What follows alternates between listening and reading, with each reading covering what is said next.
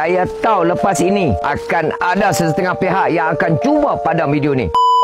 Sebab apa? Sebab kita cuba hidupkan balik rahsia alam Melayu yang hilang. Dulu, orang tua-tua kita ada ilmu. Mereka tahu macam mana nak guna akar kayu, herba hutan untuk ikhtiar penyakit. Tapi, hari ini, semua benda nak kena ada ubat moden. Kalau tak, semua orang tak percaya. Tapi, peliknya, bila kita pergi jumpa mereka pun tak tahu kita ni sakit apa. Tangan kebas, badan lenguh, saraf tegang, tiba-tiba boleh jadi stroke. Buat check up, semua nampak normal. Tapi, badan rasa tak kena. Hampa pernah tak rasa badan duk sakit tak tentu hala? Lenguh, urat tegang, rasa berat je badan. Lepas tu, hati tak tenang, kepala rasa serabut, macam ada benda yang tak kena. Dalam Islam, Nabi Muhammad SAW sendiri bersabda, penyakit ain itu benar adanya. Kalau ada sesuatu yang mendahului takdir, maka itulah ain. Hadis riwayat Muslim. Sebab tu, kita kena usaha dan ikhtiar. Jangan duk buat tak tahu. Ni, nak abang satu rahsia orang dulu-dulu. Minyak raja kayu. Tok nenek kita dah lama guna minyak ni. Sebab khasiat dia luar biasa. Bantu pecah energi negatif, termasuk sihir ikatan pemisah dan penyakit ain. Pulihkan sakit badan, lenguh, urat tegang, sakit sendi, semua boleh lega. Bantu tenangkan emosi, hilangkan rasa serabut, rimas atau gelisah. Nabi SAW ajar kita berikhtiar dengan bahan semula jadi. Sabda baginda, setiap penyakit ada ubatnya. Bila ubat kena pada penyakit, insya-Allah ia akan sembuh dengan izin Allah. Hadis riwayat Bukhari dan Muslim. Minyak raja kayu ni diruqyah dan diperbuat daripada kayu yang terkenal dengan khasiat penyembuhan. Banyak dah orang cuba. Syukur alhamdulillah. Badan depa makin sihat, emosi pun tenang. Jadi, kalau hampa ada rasa badan tak sedap, jiwa tak tenang, kalau nak ikhtiar daripada gangguan sihir, cepat-cepat usaha. Minyak raja kayu ni senang je nak guna. Sapu kat tempat sakit, dada atau belakang badan. Klik link di bawah sekarang. Ikhtiar ini sunnah. Insya-Allah ada jalan. Jangan duk tunggu sampai masalah jadi makin berat.